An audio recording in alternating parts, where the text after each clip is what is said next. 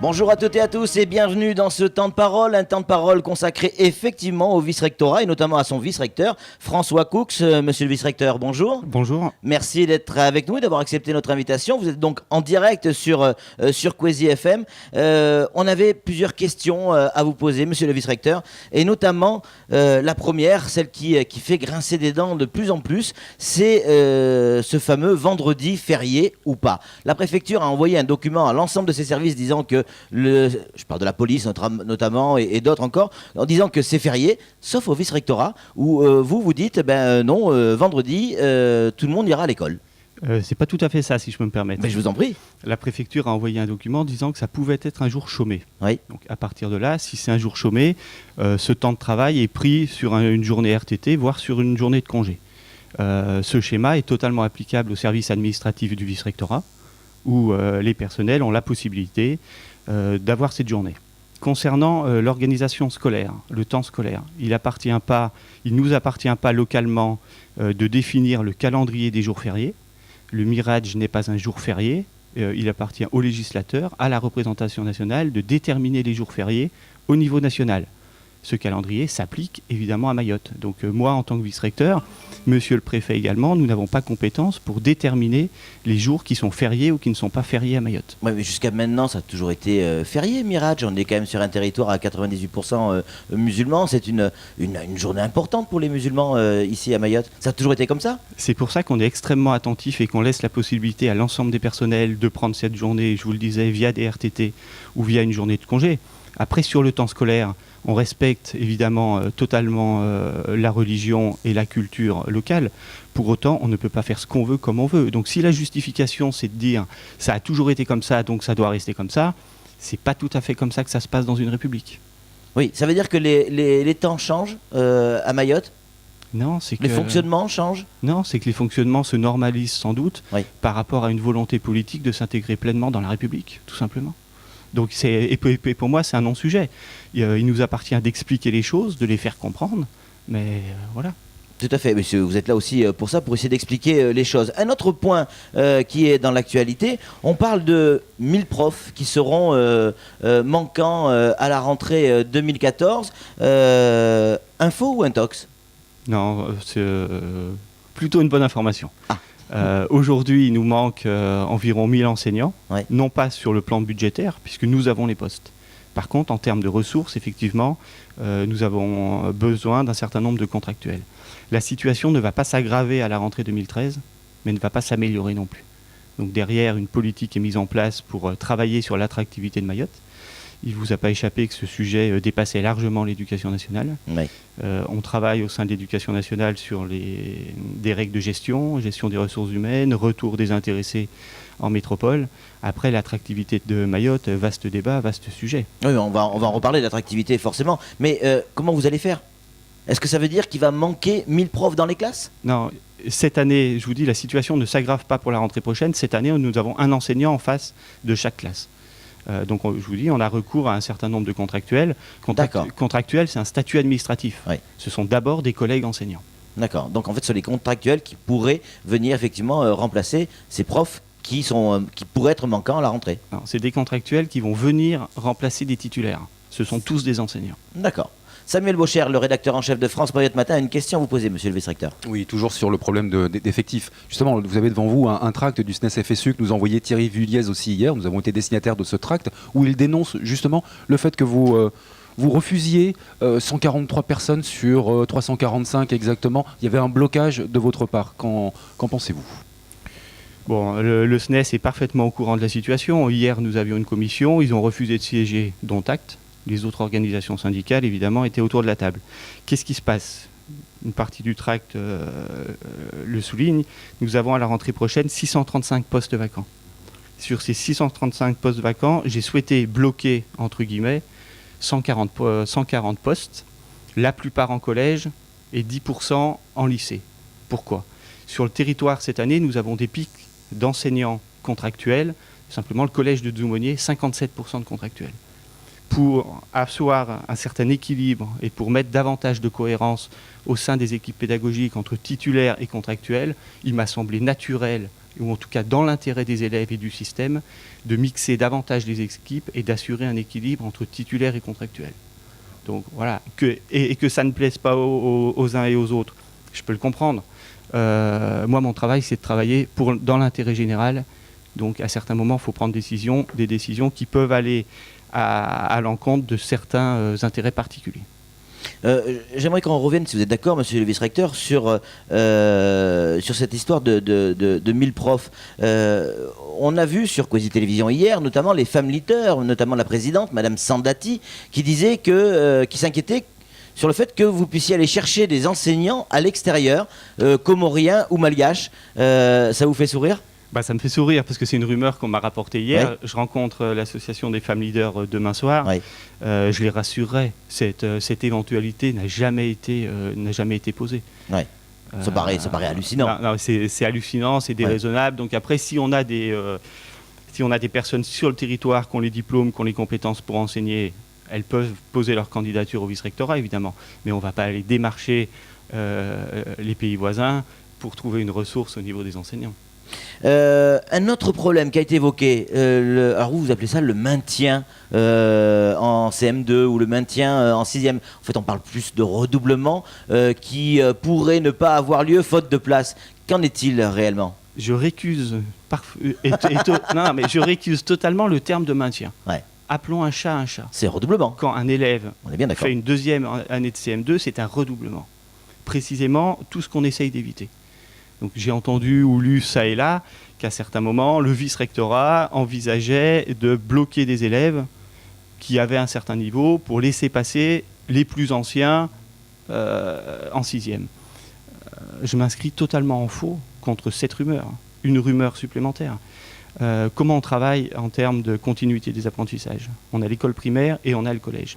Aujourd'hui, tout est fait, non seulement pour accueillir les élèves qui doivent arriver en 6e, mais tout est fait pour travailler sur le registre pédagogique. Qu'est-ce qu'on fait pour la rentrée 2013 ? On sait que 30-35% d'élèves arrivent en 6e avec de vraies difficultés en termes de maîtrise de la langue. Ouais. Donc j'ai décidé de mettre un moyen premier degré, donc un instituteur, dans chaque collège, pour asseoir les apprentissages fondamentaux, pour travailler avec les équipes pédagogiques du collège. Non pas faire à la place d'eux, mais travailler sur le registre de la complémentarité pour accompagner ces élèves qui arrivent en 6e avec des difficultés. Parallèlement, dans le premier degré, 24% des élèves vont bénéficier d'un PPRE. C'est quoi un PPR ? Programme personnalisé de réussite éducative. D'accord. Où on se pose, quels sont les points d'appui de l'élève, quelles sont ses difficultés, et comment il arrive en 6e avec un certain nombre d'informations sur les points positifs, les points négatifs. Qu'à l'arrivée en 6e, on ne refasse pas un constat qui a déjà été fait par le premier degré. Donc il faut, et c'est un des axes prioritaires de la politique académique, il faut que le premier et le second degré travaillent davantage ensemble. Si effectivement il y a trop de gamins qui arrivent en 6e, vous faites quoi ? Vous ouvrez de nouvelles classes de 6e ? On ouvre d'autres classes de 6e. Je ne suis pas en train de vous dire que c'est confortable. Ouais. Si on prend l'exemple de Koungou, effectivement, le collège de Koungou, beaucoup d'élèves, trop d'élèves. C'est pour ça qu'on fait le maximum sur le dossier des constructions scolaires. Mais si des élèves doivent arriver en 6e, on ouvrira une division de 6e, évidemment. Est-ce qu'il y a des problèmes d'argent dans l'éducation nationale ? Est-ce que vous, ici à Mayotte, vous rencontrez des difficultés pour financer tel ou tel programme ? Qu'est-ce qui vous manque le plus aujourd'hui pour avancer à la vitesse que vous aimeriez avancer ? La ressource. Les moyens. Quand on dit la ressource, c'est quoi ? Ça peut être la ressource humaine, ça peut être la ressource en termes de capacité à absorber les chantiers, ça peut être le foncier. En termes de moyens financiers, rien n'est simple en cette période. Pour autant, le ministère a pleinement conscience de la situation de Mayotte et le ministère me soutient pour faire évoluer un système éducatif qui en a grandement besoin. Donc vous n'avez pas de problème d'argent ? Non, mais après vous caricaturez un peu. Non, mais vite. quand je dis, si effectivement vous demandez tant de centaines de milliers d'euros pour achever telle construction ou démarrer une autre, c'est faisable. C'est faisable. On me donne pas peut-être tout de suite. Oui. Mais on s'est inscrit dans une programmation Horizon 2017. Donc les moyens financiers, c'est à nous de les justifier, c'est à nous de les optimiser, et c'est à nous aussi de tout simplement rendre compte. Et à certains moments, rendre compte C'est une révolution. Alors pourquoi c'est long à construire? Allez, prenons l'exemple du collège de Tsunzu, enfin de Kwale. Pourquoi c'est long? Le collège de Kwale, le dossier a été ouvert en 2007. Oui. On est en 2013. Oui. Les vice-recteurs successifs l'ont tous promis pour l'année d'après. Exact. Ils ont tous été face à des difficultés, notamment en termes de foncier. À qui appartient le terrain? Quand est-ce qu'on peut commencer à construire? Le programme architectural et le financement de ce collège est acquis depuis 2008. Depuis 2008. Depuis 2008. On fait face à un certain nombre d'obstacles qu'on essaye de lever les uns après les autres, et que ce soit M. Sirioni ou M. Perrin, tout le monde s'est attelé au dossier. Donc moi, j'espère pouvoir aboutir, parce qu'à la rentrée 2014, il nous faut ce collège, au moins avec 660 places. Mais aujourd'hui, c'est une exigence, parce qu'on doit accueillir les élèves. Le prochain collège ou lycée, le prochain établissement scolaire qui va sortir de terre, c'est lequel? Collège de Kwale, 660 places, rentrée 2014. Collège de Magicavo, 660 places, rentrée 2014. Ces deux établissements ayant vocation à monter en puissance pour accueillir à la rentrée 2015 1200 élèves. Même si le foncier n'est pas réglé? De toute façon, il faut que ça se règle. Ah, il va falloir que ça se règle. Ouais. Voilà, il faut, Ouais. parce que les élèves sont là. Après, on a le lycée de Mamoudzou, qui sera livré également à la rentrée 2015 ou 2016, en tout cas courant 2015-2016, pour désengorger fortement le lycée de Mamoudzou, Younous Abamana. Et derrière, on a un vaste programme Horizon 2017 avec un 4e lycée au sud de Mamoudzou, le LP de Dzoumonier, le lycée de Mzamboro, le collège de Bouéni. Il ne faut surtout pas que j'en oublie, sinon je vais avoir un certain nombre de problèmes. Et le collège de Ouangani. D'accord. Il nous reste 3 minutes, monsieur le vice-recteur. On ne peut pas passer à côté de l'actualité du jour et de ces dernières semaines, de ces derniers mois, de ces dernières années. L'indexation, forcément. Le corps enseignant est dans la rue encore aujourd'hui. En tout cas, ils l'ont promis. Votre sentiment, comment ça va se régler, cette histoire? Vous avez un avis personnel là-dessus? Non, mais je ne peux pas avoir d'avis personnel. Si, vous êtes... Vous savez que l'indexation, c'est d'abord un dossier qui dépasse largement l'éducation nationale, puisqu'on est sur le registre de la fonction publique. Avec Madame Lebranche. Les discussions, les échanges ont commencé il y a quelques semaines. Ils se poursuivent la semaine prochaine. Laissons faire les ministères concernés. Mais c'est acquis l'indexation? Oui. C'est acquis, c'est fait. Là, c'est quoi? C'est une histoire de taux, une histoire... Est-ce qu'on n'est pas sur du détail aujourd'hui? C'est acquis au 1er janvier 2013. Oui. Pour autant, maintenant, les discussions doivent aboutir à un taux, à une progressivité et à un certain nombre de, je ne vais pas te dire détails, mais de situations à régler. Est-ce qu'il nous reste une minute pour la dernière question de Samuel Bocher, sous forme de conclusion? Oui, je reviens sur la construction collège et lycée. De 2002 à 2006, Philippe Coutureau était le vice-recteur. Il avait lancé le plan Marshall de l'éducation parce que ça répondait à une nécessité. Il ne s'est rien passé, quasiment rien, depuis 2006, c'est ça. Est-ce que les besoins ont changé entre-temps? On ne peut pas dire qu'il ne s'est rien passé, puisque depuis 10 ans, on a accueilli 20 000 élèves de plus. Donc si c'était rien passé, et les élèves seraient dans la rue. Aujourd'hui, ils sont dans nos établissements. Donc je ne dis pas que c'est confortable. À certains moments, on a des grosses structures qu'il nous faut alléger avec le temps. Donc tout est fait pour satisfaire un objectif d'accueil de tous les élèves et avec un accueil de qualité. Oui, mais tout de même, monsieur le vice-recteur, je suis désolé. Lui, il voulait construire 10 établissements du second degré en 5 ans. Et depuis 2006, il ne s'est pas passé grand-chose. Il y a eu 4 établissements peut-être. Et un peu plus que ça. Après, qu'on n'ait pas été capable d'aller aussi loin que l'ambition de M. Coutureau, effectivement, on aurait sans doute dû aller plus vite et plus loin. En tout cas, c'est l'ambition du moment. Et aujourd'hui, nous n'avons plus le choix.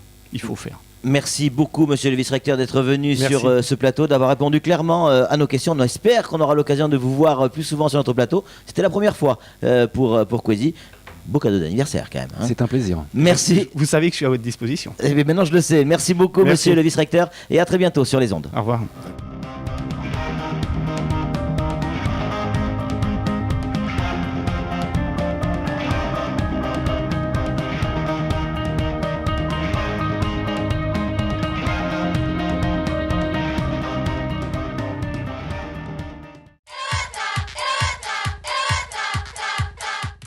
J'aime Kwesi. Kwesi, c'est la vie.